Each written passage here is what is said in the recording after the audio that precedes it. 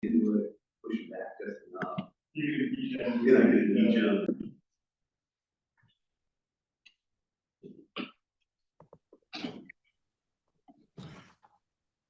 Hey, just want to mute. I want to remind everybody online that this meeting is now being recorded. Can we get a confirmation that you can hear online? Maybe a thumbs up or a response.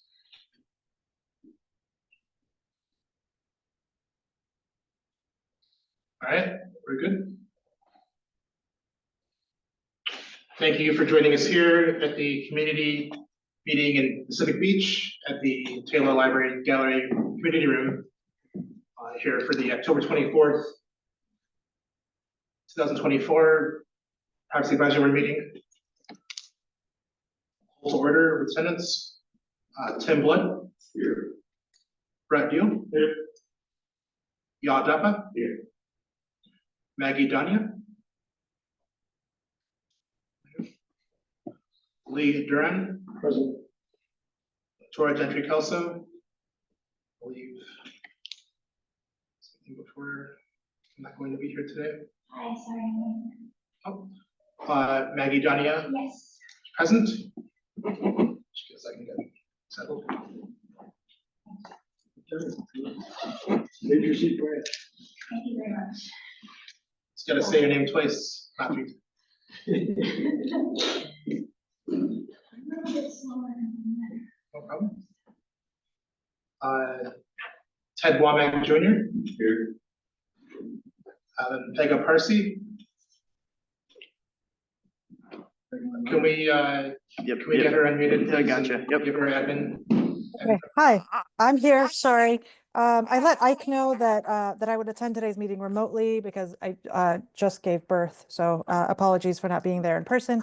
I'm reading my Brown Act statement. Pursuant to the Brown Act, I'm disclosing that there are no individuals 18 years or older present in the room, although there's a very tiny baby here. I will update this disclosure if it changes during the course of the meeting. Thank you very much. Thank you. And point of information to members that is the script. We'll provide everybody a copy of it if you do need to appear remotely for just cause or for emergency circumstances. All right, now that that is set, we have the item for approval of our September 19th, 2024 minutes. I think the important points is that we established two committees that are currently in work. One is to revise our bylaws, if there's anything even glaring or non-glaring that would help just how we do things. We had some time, almost 2 full years now of operating as a board with our current set of bylaws, so it's good to see what we can always improve. We have the establishment of our operations committee, which is taking on various initiatives to help things go. We'll see an update from both committees later on today. We'll take public comment if there is any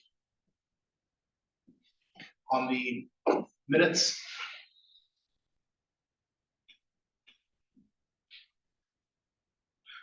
Not seeing anything in person or online. We'll take board comments before we move to pass. And that being, I move that we adopt the minutes. I will second. All in favor of passing the minutes? That is unanimous. Move on then to non-agenda public comment.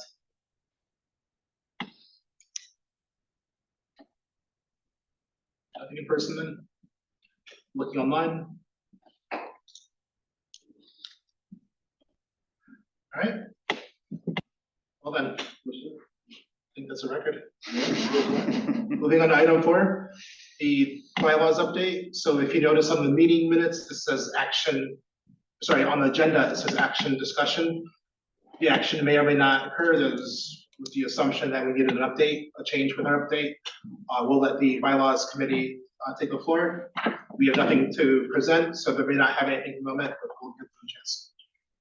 And Neil and Brett, please jump in here. But so we've actually met online and chatted a little bit about the bylaws. And generally, the idea of the bylaws, we're comfortable with the format, general content, but there's a number of places that there's some administrative clarifications that we need, some clarifications with regard to responsibilities. And each of the members have provided comments. Now it's just a matter of trying to get those clarifications incorporated in a red line version so people, the public, can actually see what changes we're promoting. But again, nothing substantive, nothing that will be changing. We're going to keep the same types of committees, including the parliamentarian, our officers, I should say. But we should have a good red line version within the next week. Unless there's another presentation to be had, we'll go to public comment and then we'll have our discussion. There's no public comment on that item. We'll continue on to control discussion. So, This time, I don't know if this is the right, maybe I should record this in a minute, but we still have the video from the last month's recorded posts online. The question for the committee is, would that be the kind of thing that might be appropriate for the bylaws to external force sort of video, video recordings will be uploaded to every meeting? I know, but at least the transparency concern, I think that's something that is an easy ask, but also would be My personal take is that I prefer not to keep policy and procedures in the bylaws, but I will say that video was uploaded. It's on there on last month's meeting. You should be able to see it. It should be a YouTube link under meeting recording on the September, I forgot the exact date. yeah, I think it's Nine, for yeah. information. It now gets added under the agenda. So it's just not, it's not visible in space in your public meetings, that's okay. Got it. Right. Yeah, we can maybe workshop a different location for it to be hosted. But yeah, I mean, they're recorded and immediately sent to our communications team. So if there's suggestions on a different location that's maybe a little bit more publicly accessible, maybe another tab, we can add that there. I think by default, we just want it cross-posted to that YouTube channel just so that it's there, because I remember they were out there initially. Yeah, some of the previous ones are this on the video when you put on last month. I think it's just a toggle for me, but I think that in the spirit of transparency, not just the bylaws on the So I kind of see both. We should have something to make that at least written down. So, but should that be in the bylaws? If not, how should we administer that? So that's okay, we'll take that under advisement.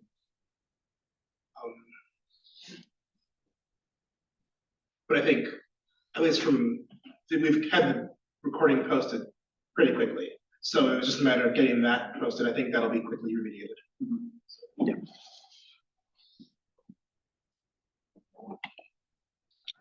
Anything else before we move on to our next item? We look forward to,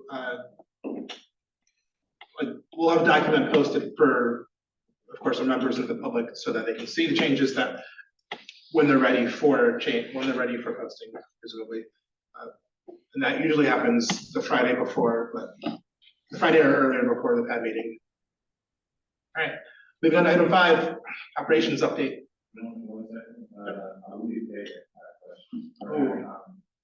Thank you. Yes. Can you speak now? I was just curious why the parliamentarian position, why the group is considering keeping the parliamentarian position. I don't have an opinion either way right now. I just want to know what the discussion looked like. Well, there was initial thought of removing it because we haven't really utilized the position in the first year and a half or so. But we thought that if meetings get contentious and there are issues that arise, it's good to have somebody that is in charge and involved to ensure that we address the issues in accordance with the parliamentary rules.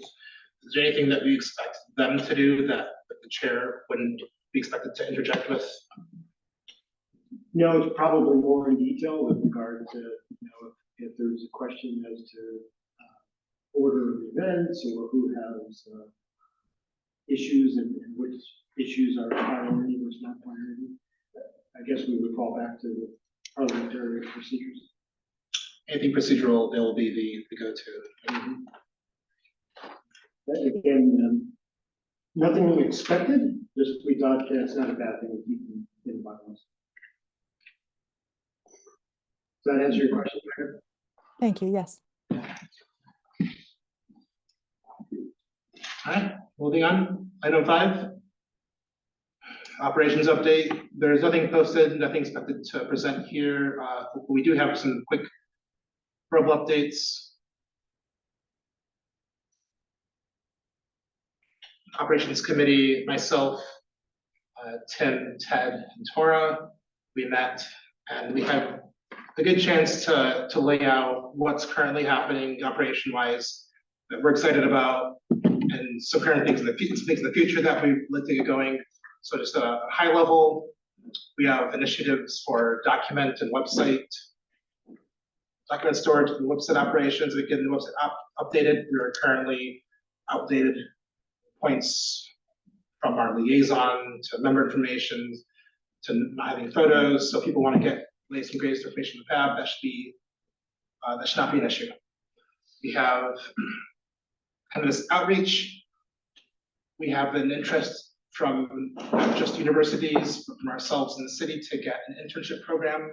We are targeting 2025, and this can go from nothing to anything in terms of the involvement. And this is something that we would expect those who don't have policy background to those working in policy, perhaps law, who want to be interested in. There are current initiatives run by the city of San Diego that do this very thing, but to have one that kind of is here is at the policy level, I think that would be a really great thing to do. Would love to know anything we can get from the city would be great, but of course, what we want to target is to follow the school years so make it easier on students. But I believe USD and UCSD both have the new semester in the middle or the end of January. So targeting that seems like a really good start date just to see what we can do. I don't think we have anything hard to present, but we do have multiple points of contact we're engaging with. So something very excited, even just as I think this wasn't just a fancy thought a few months ago. So it's very exciting. Can I add something? I'm Maggie. To those of you that I haven't met, I'm so sorry. I can help with contact at UCSD if you need. Of course, I can also here. But I work with public service and the internship program at UCSD specifically. So if there's anything that I can provide as far as contact information. This may be worth creating a separate intern committee, just the fact that we're ready to, we have this as a separate bud from the tree of operations initiatives that we're doing, city worth doing. So and if I could chime in too on interns, they're all city employees. We do have the paid program I mentioned last month, Employ and Empower. That is a fairly rigorous process in terms of background checks, getting a .gov email address. We are also limited in that way with the hours of operations because they are a 9 to 5 employee. And so the benefit that they're paid, but this limitation that they may not be able to join these meetings on a regular basis. And so if we're maybe not looking to move this during daytime hours, we could also go with a volunteer, which they still go through a much less rigorous background check process. They still do get a .gov email address. They are unpaid, but you do have a little bit more flexibility there and maybe fewer of the HR kind of parameters about that. And that's also an easier process in terms of if you have students who are interested, we don't have to go through the Employ and Empower application and qualification process. And we can really just basically tell HR, here's who we want assigned to us, basically. 2 points to that. The first one, those must be enrolled students. They all have to be, so Employ and Empower is actively enrolled students ages 16 to 30. We are limited by state grant, and so it's intended to go for folks that are formerly justice involved, former foster youth, historically students who may have not had paid internship opportunities in front of them previously. We have over 1,200 of them at the city right now. And a lot of folks, if they don't qualify for that, maybe they come from a higher socioeconomic background, they would still be able to pursue an internship. It would just be unpaid. So using the state funds, you would have to meet the parameters. And whatever subcommittee gets formed through this, I can provide a more thorough presentation there. Fantastic. Yeah. And then the sub point, the options are full-time intern or unpaid. There's kind of no part-time or just. Full-time intern is max 20 hours a week. And what maybe we need to decide is where they would live in a sense. Technically, I am a compliance department employee housed within the mayor's office. Those are two separate entities that both have interns. I would recommend housing them within the mayor's office just because that's my office and where I managed our internship program previously. I'm a registered supervisor at the city, and so I can create the job posting, go through all of that if we want to go the paid route. If we want to go the volunteer route, I would still be listed as their supervisor. We have a little bit more flexibility in who we select, and it's usually a much quicker runway to get them started. We do have time limitations as well. We have kind of 3 levels. You have the volunteer intern, you have a student intern, and a management intern. Student interns are max 6 months at the position. They are usually underclassmen, and so sophomores in college and below. We do take high schoolers if that's of interest. Management interns are upperclassmen and above, so law students, grad students. They can stay within a position for up to a year. And so in terms of continuity, I think student interns, if they're a freshman or a sophomore, it's a lot higher turnover. Management interns usually stay for a little bit longer, and it's intended to kind of create that pipeline because usually they're closer to graduation, so you keep them and then get them into a full-time position. Volunteer interns, essentially unpaid interns, I think they're more on the 6-month end. But I think really critically here is, do we want to prioritize a paid intern? Are we okay with maybe students who have expressed interest in this type of work and just to get them in? And then also, lost my train of thought here, but essentially scope of work. What would their day-to-day responsibilities be? Helping me staff this is one thing, but is it interacting with departments? Is it gathering documents from folks that will be coming through PAB? That would be helpful to maybe determine what level of intern we want here. To have a really good intern program that is successful, you need a liaison that really actively looks out for that intern work. How would you recommend in this case, that somebody on the committee? It would be they would report to me essentially. And so let's say that they work 15 hours a week, Tuesday, Wednesday, Thursday, right? They'll come with me to this meeting, and then I oversee their day-to-day in the office. I managed the intern program in the mayor's office for 3 years and had hundreds of kids below me. I've since shifted from that role. I can manage one intern on a day-to-day basis. How they interact, you guys are in an interesting position, right? You're an entity within the city, but you're not a city employee, right? And so we'll have to figure out what that communication protocol looks like. I feel okay as long as I'm CC'd and in the loop on things. But yeah, I would essentially be their day-to-day supervisor. And I would be okay with working with you guys on applicants that are interested, because this is a very niche, area, right? And a lot of the folks that apply to our office are very broad in the political spectrum. And so yeah. So I didn't mean to take away from, we'll get to the deeper discussion. Apologies, yeah, sorry. Yeah, I meant, this is meant to be the wider presentation. We'll get to more of the comments, because we still haven't gotten to the public comments. So along with the intern program that we're very excited about, we'll do also, I mean, that's just outreach in general. So the operations committee, the Center for Outreach, anything that gets to be rolling on its own, I think deserves its own committee, like I think we will probably do for the internship program. Standard operation, I think we want to have just determine a set of standard operating procedures so that we can, well, my ideal goal is so that every department knows exactly what the PAB needs, so that they can submit their documents, impact reports, everything that complies, but that requires weeks and weeks and weeks and weeks and weeks and weeks of work.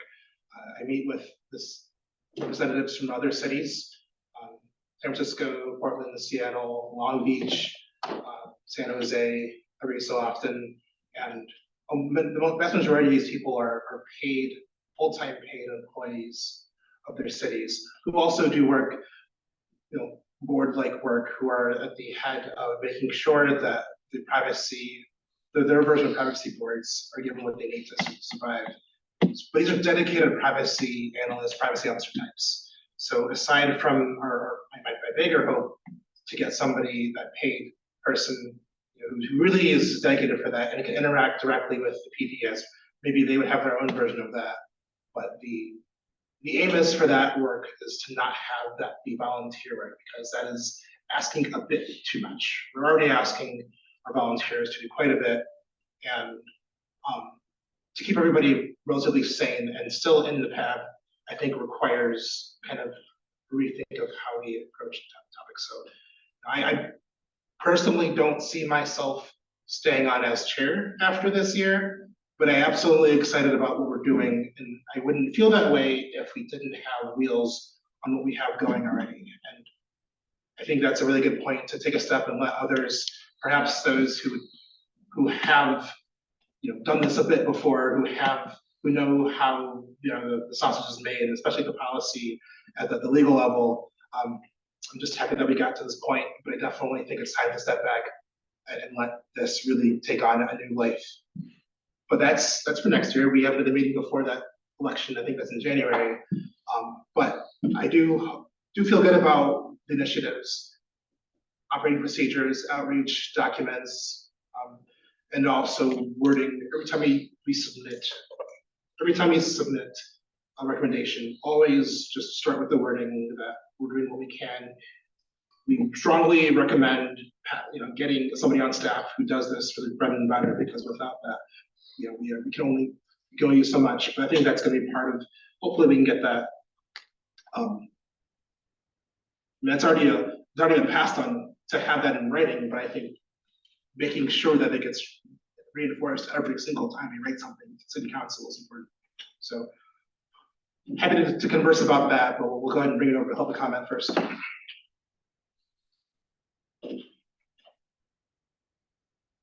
In person. Online. All right.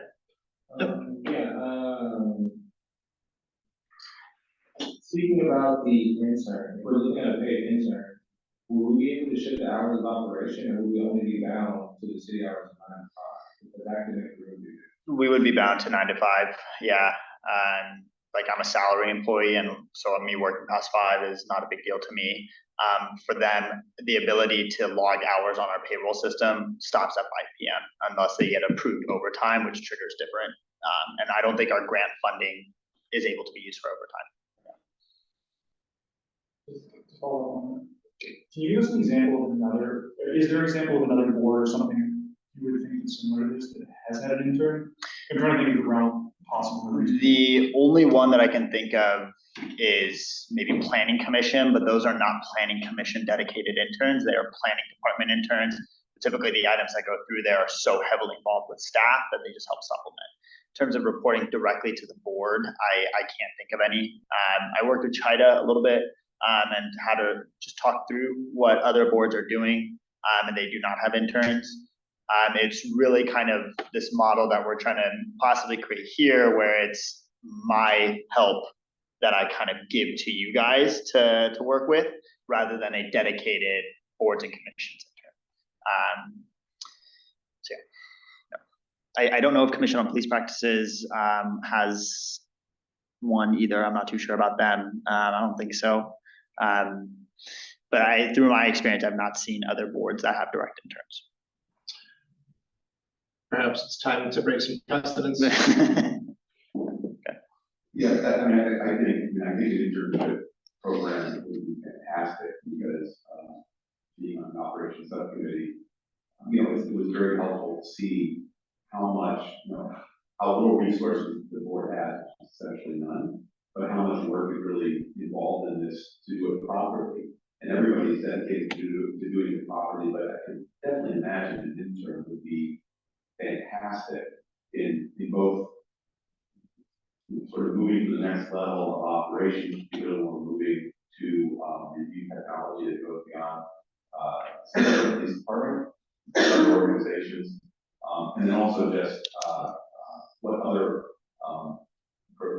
professionally paid city physicians are doing, which would be tremendously helpful for us to have a library of those materials just more quickly bring us up to speed. I think it's been doing a lot of that, but that is an internship position in and of itself that can keep somebody busy. And I like what was said, right, where I had the thought of maybe having a separate subcommittee for an internship program. I think that's a great idea because just listening to this, it seems like because we have legal issues, policy issues, and sort of just stocking and gathering type information issues and organization, those are sort of two, maybe three, but certainly two different levels of interns.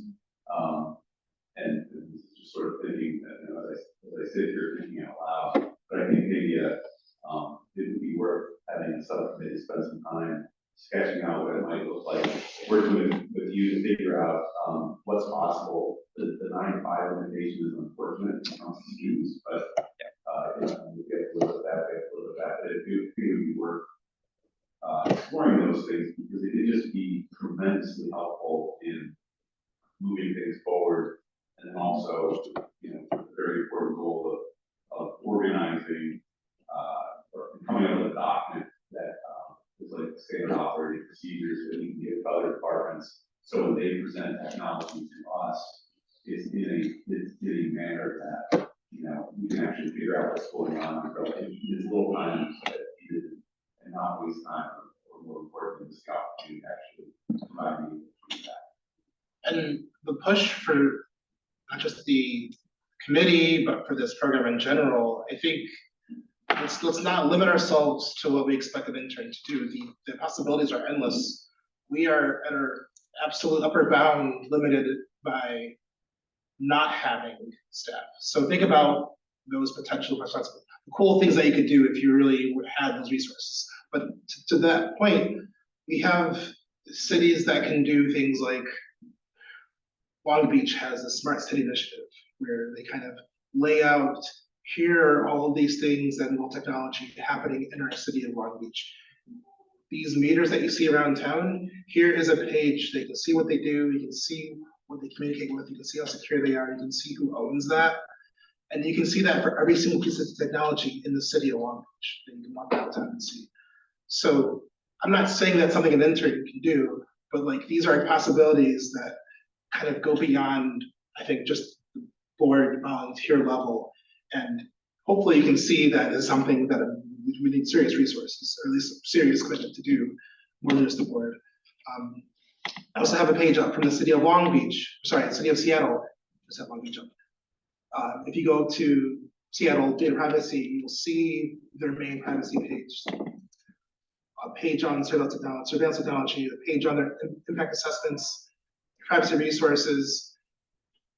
We're doing AI. Here are all the AI related technologies being deployed in the city. Here's, you can learn more about them. We'll have outreach events. We're having an outreach at a senior center, at a library, talking about specifically the technology that impacts this specific community. You can see the bridge between the city, what's being done, and the community. And that bridge, I think, is more than just a board. And I think we can kind of see how we can get there, whether or not it's done at once. So exciting stuff. Hopefully not to make it all daunting, but you can see at least a reasonable path to get the pieces in place. And I just hope that everyone shares that excitement. Wouldn't be part of this board if you didn't see some of that to begin with. So further thoughts, definitely motion to create this internship committee.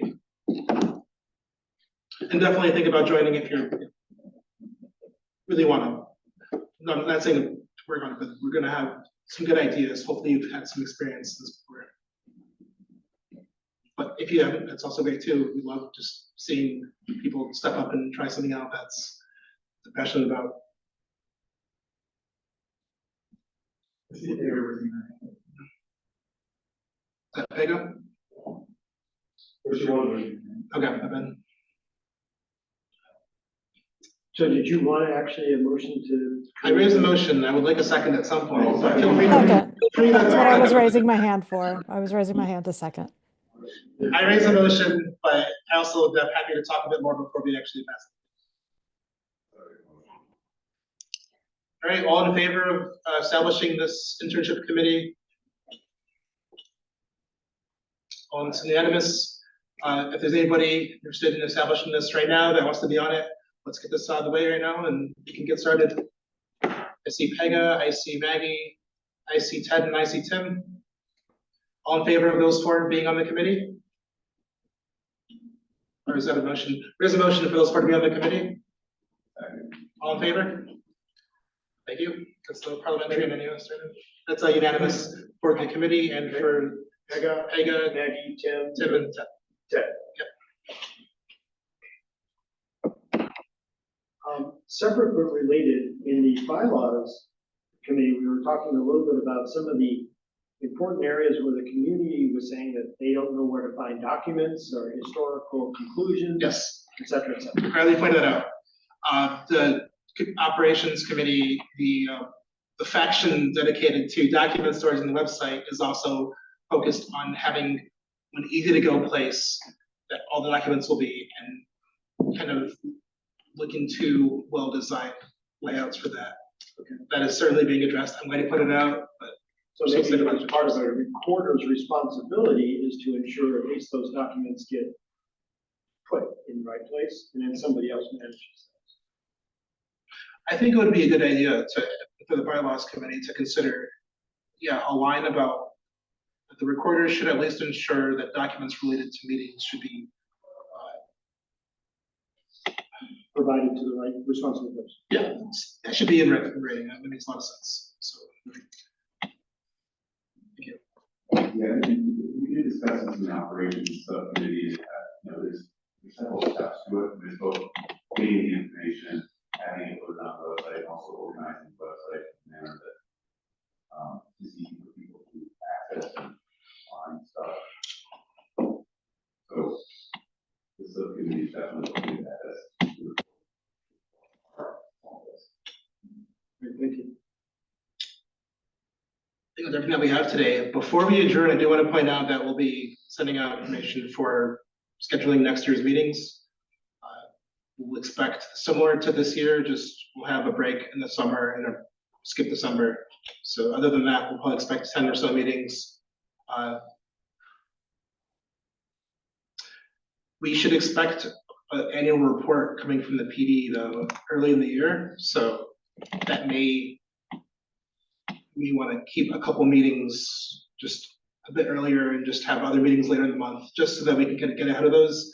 If you have to call a special meeting, no one enjoys that. We did that the other year and it was 2 meetings in 2 weeks. It's great. But yeah, I mentioned I'll be stepping down. Please consider running. We'll have those elections the first meeting of the year, so. Question for you, there's, the list of technologies coming out of the city is immense. Yes, And we haven't really even scratched a lot of the surface. What is the plan to roll out the next request for review? So I'm a little surprised that there's not a queue right now of a lot of technologies. yeah, I think the list is, the PD has the list of what we like to do first. A lot of those have gone, I mean, the list isn't absolute, so they can always go down the list as it exists. I believe we've done 50 or 60 out of 100. So we can certainly reassess that. I think it makes sense to do that. Maybe just a committee on that list itself, just so we can get a head start and get that going to the PD. Yeah, I hate to wait until their meeting that they present to us. Let's go ahead and get started, right? Anyone interested in being in such a committee this year's prioritized technology list, and we'll have to, of course, we have a list on our website of technologies that we have passed, so I can move those from the list, I suppose. So whoever this committee is now looking at the open items and identifying which to prioritize. Is that Reprioritization of remaining items. That's right. I just wanted to go ahead and volunteer. Interested? Yeah. Sounds good. Next one. So I know there's, obviously it's not supposed to just be these departments, but it's broader. What's the status of like the non-PD technologies? As far as they're allowed to wait and see how it's done first, I believe the non-lifeguard, the non-fire departments, because they have submitted technologies, I believe they're all waiting to see how PD does it. So that's something that I believe we can also include in this committee, and getting all technologies prioritized, not just PD. We have the most direct contact with the PD. Jordan and Pega's raised her hand. go ahead. So the problem that we ran into last time was that we can certainly do our own prioritization, but the intent was to prioritize with the city staff, to talk to them about which of your contracts are coming up next or expiring soon. Which of these technologies do you need more urgently, so that we weren't prioritizing in a vacuum. So my question is, do we have the capability now to do such a thing, to work with those city departments, or is the suggestion that we just do our own PAB prioritization without working with the city on their needs as well? The city's happy to work with us. If we send out a call to departments for this technology, I think they're happy to work with us, seeing that we've done this without issue for dozens of technology with the PD. Again, what we're missing, of course, is that central piece, that full-time privacy employee who's able to say, all right, water department, what are you, this is what we need of you. This is a full technology list, but we do have something, right? We have, it'd be nice to have also this standard operating procedure at least, but these kind of play into the ease to reach out to other departments and kind of get ahead of that.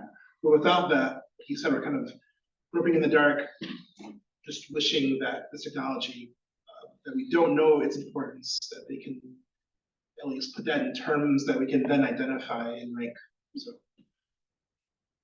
there's many issues, part of the issues that we don't have that standard procedure, but we can, we're currently working on that as an ops committee.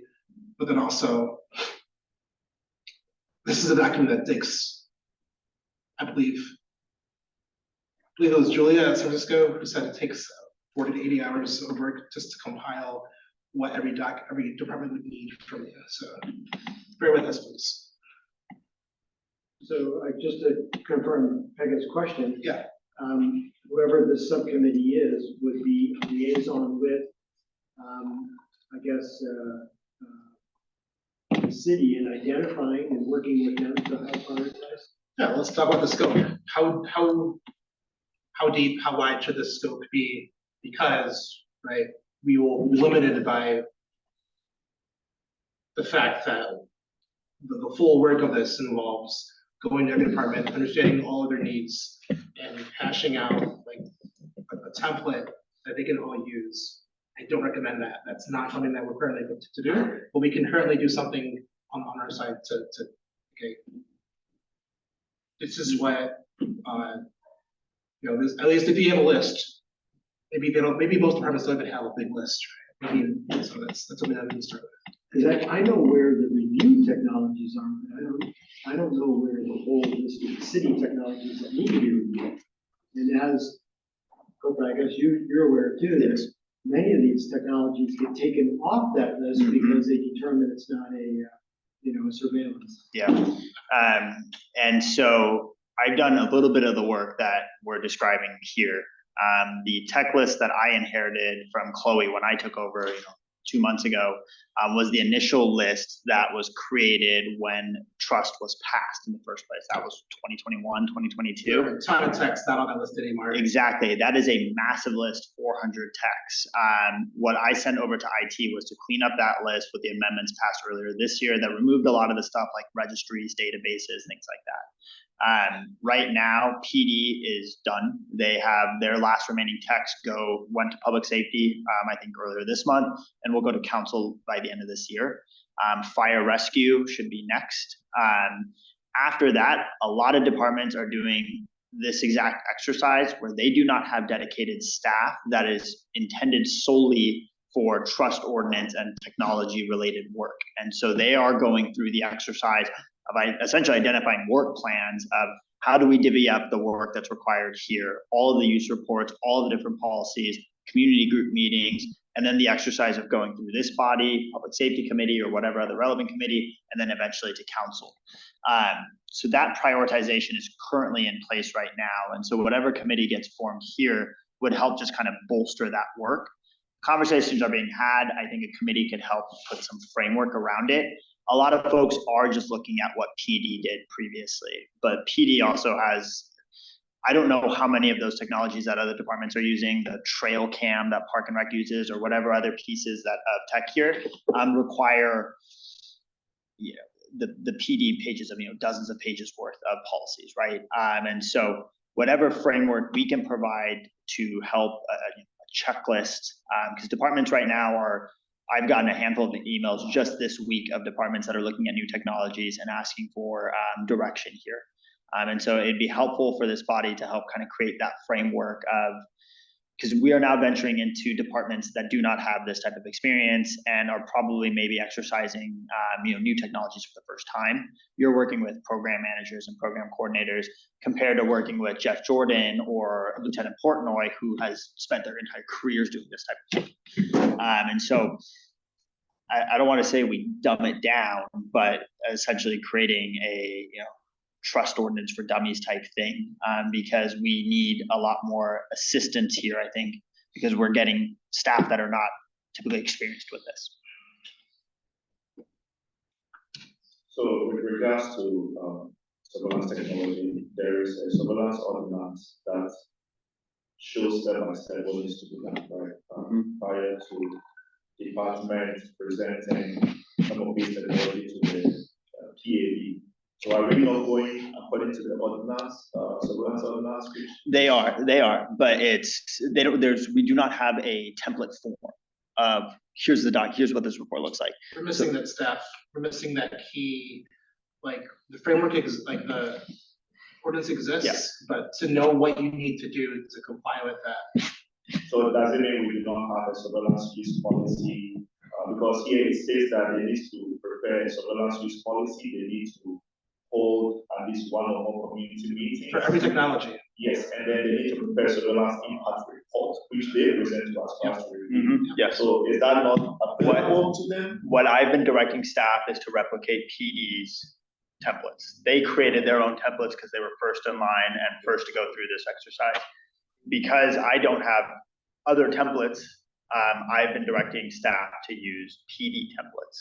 And so they are figuring out how to ride that bike as they're doing it, right? And that's literally where we're at right now because PD just wrapped up. Basically, as this board got replenished and new faces came in, PD was done with their technologies. And so we are just now hitting this new moment, essentially. Along with the list of technologies that the ordinance was revised to now have that exception, can we also make sure we know what technologies are no longer, because some of them were passed during our absence. So it'd be nice to at least know which technologies those were. Yeah. And that, the committee go over that. Maggie, then. So I have done this professionally. I'm a privacy manager at Microsoft for about 15 years or so. So I do have some knowledge about how to make this process go a little bit easier, and I'm happy to help by designing like an intake form or some kind of checklist, some kind of instrument that helps them organize what they're collecting as far as information and what they're providing to us. I know that there is definitely an ordinance that has a list of things that need to be provided, but translating that into like actual practice of like what this technology looks like for them. There is a translation step there, so it's not. And Amazing. I'd also be curious, as you went through the PD exercise, were there tidbits that you felt were missing consistently? Areas that were maybe a little bit too much info, things like that, right? I think it'd be helpful for, you know, a park and rec person who's never gone through it to have a framework to follow. So we try to be expedient. Our last few recommendations, so we really feel, okay, this is something that if you get, even if you just do this, we're not gonna talk about this anymore. So there was a couple issues, I think some of the audit mentions, and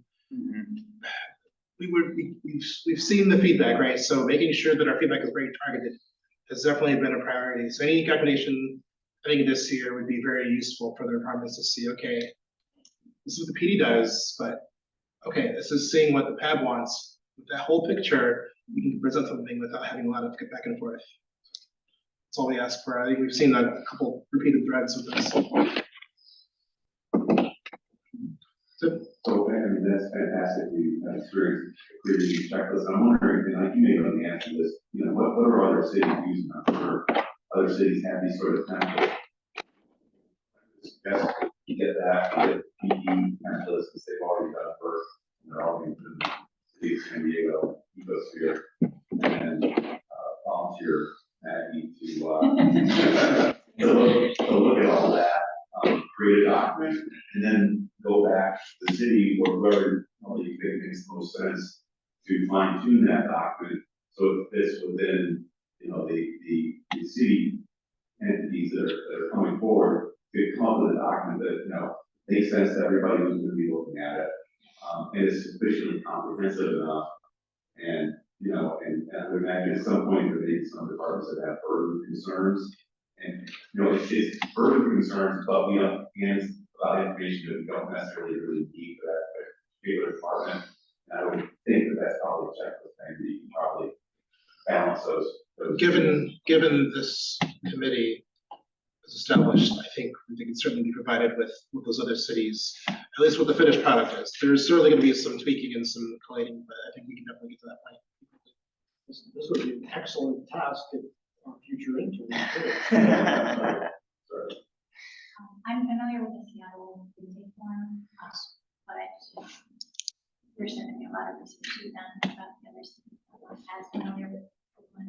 We'll be directly given, at least in touch with those, at least, if not the forums, then the authors, then it's easier.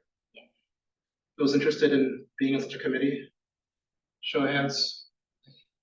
I'm afraid I missed the committee sign up. All right, I think we have 4 then. I raise a motion then to establish this, you can name it. Let's see, Technology Prioritization Committee?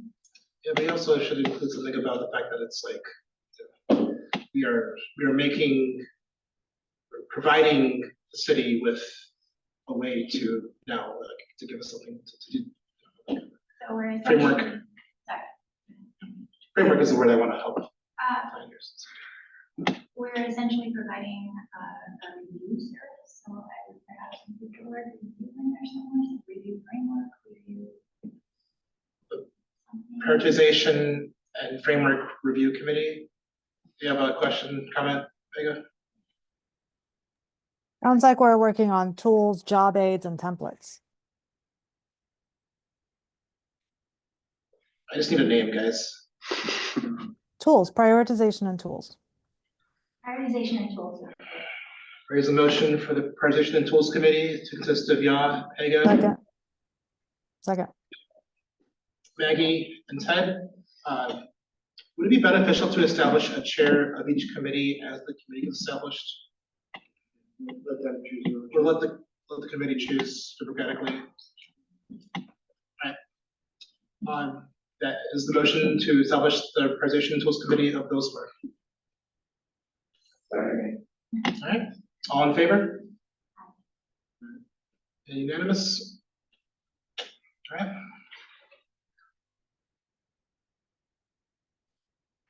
All right, any further comments before we move on? I think we got quite a bit done today despite nothing to.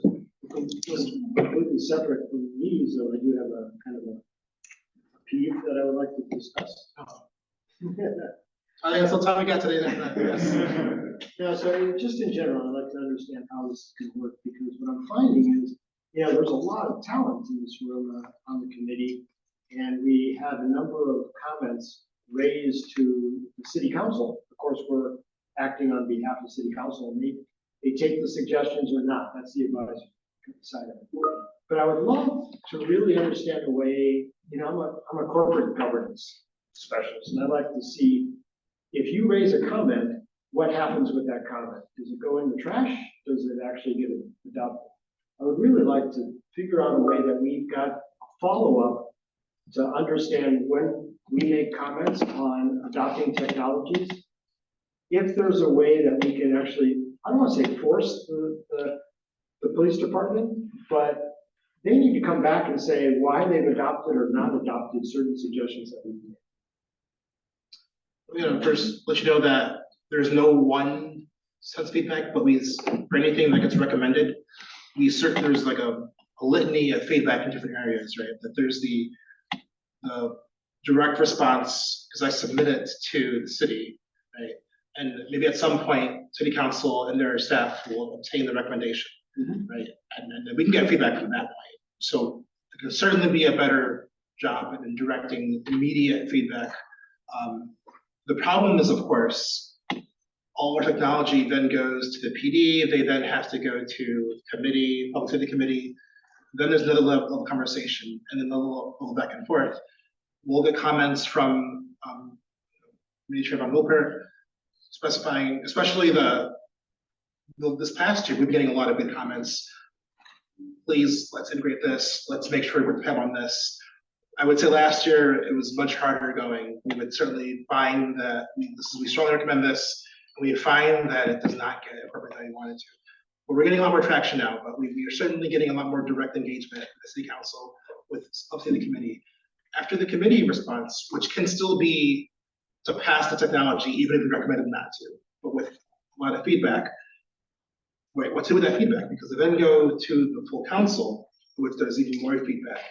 So it would be great to get, of course, even request, maybe just have in writing everything in that recommendation, request a response at the council level or at the PD level, whoever was actually submitting the technology, and maybe another one from council. That's all I recommend, because we do get a lot of feedback from a lot of places. But in as example, I'm not blaming the police department, has a lot on their plate, no doubt. But Lieutenant Fortnite basically came back and said, well, it was passed. So what else is there for us to do? Right? And so the idea is that keep track and try to constantly improve. That's all we're trying.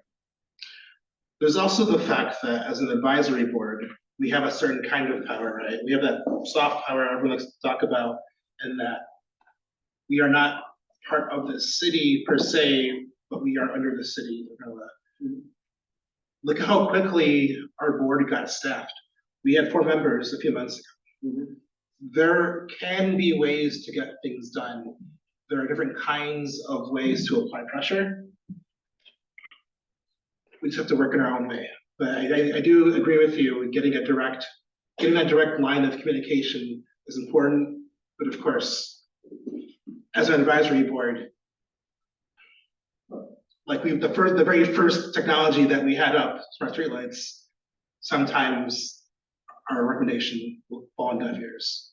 But that, of course, is not the only point. The question is how it happened, how we can still enforce, how we can make sure the ordinance gets complied with, whether or not it's an easy route.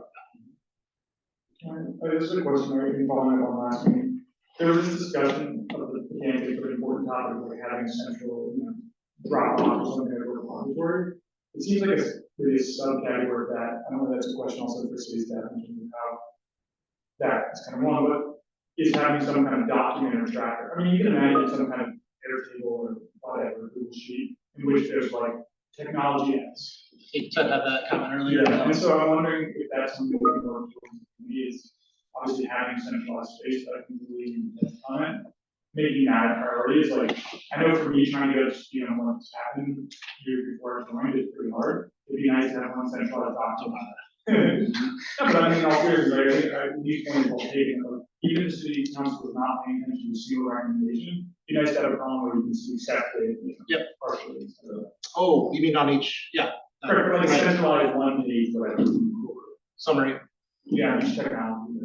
and that's at the moment of recommendation. I think we talked, yeah, I think that was actually, so summary with what's in the summary, just votes, just I mean, this is just a basic, newcomer to the board take, but I'm imagining new technology,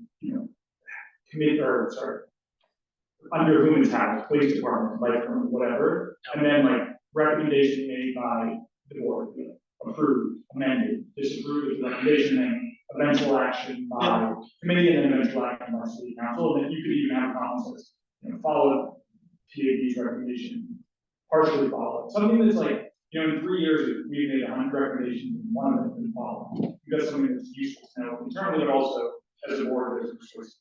I think that was the intention of the technology. There's a list of the technology that was passed, recommended. I think that was the intention, is to track things like that, but we could certainly, I think there's ways to make that kind of work. I think there's a connection there between what you're requesting and the sort of like the framework that needs to happen, because I feel like there could be one instrument that follows the whole life cycle of a review from the moment when we identify a piece of technology that needs reviewing, all the way to the last step, and then it has all the collection of documents that were received, links to comments, or like it's sort of like the centralized space, and we can like maybe generate a one pager from that, or generate like a whole long form word, and that can be. But in the meantime, that exists in our meeting minutes. Like every minutes will have technology that was passed and who voted, and at least what the votes were, and who presented the technology. I definitely think that should be in one place. I think those meant to be the list of technology.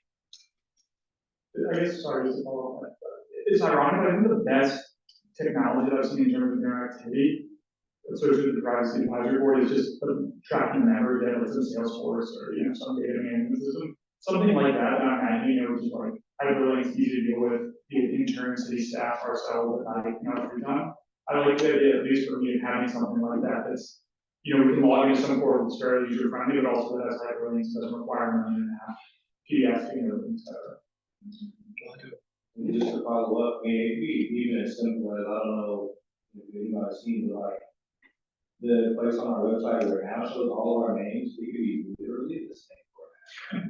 Like name, origin, when we started, and then a link for I know that we need this thing to function and do multiple things, but it doesn't have to be something big and complicated that needs a lot of things to be pulled for. It could be something very simply created so that we can create it in a very small time frame. Because with all this work that we're creating for ourselves, we don't want to create so much work that everything keeps getting pushed back. I just want to also uplift that can be something very simple based off of something that's already living on our side. And that should be front and center, is that we're all volunteers. Or suggestions should come with the knowledge that we want to make it seamless and easy to do. I believe in smart streetlights probably had maybe 10 recommendations. I'm just throwing That's out. pretty brutal. I like the way you guys think. I'm glad we're a full board again. Consider running for chair next year. No, I love the ideas. I'm glad that this is all happening. No, looking forward to that spreadsheet for my date night,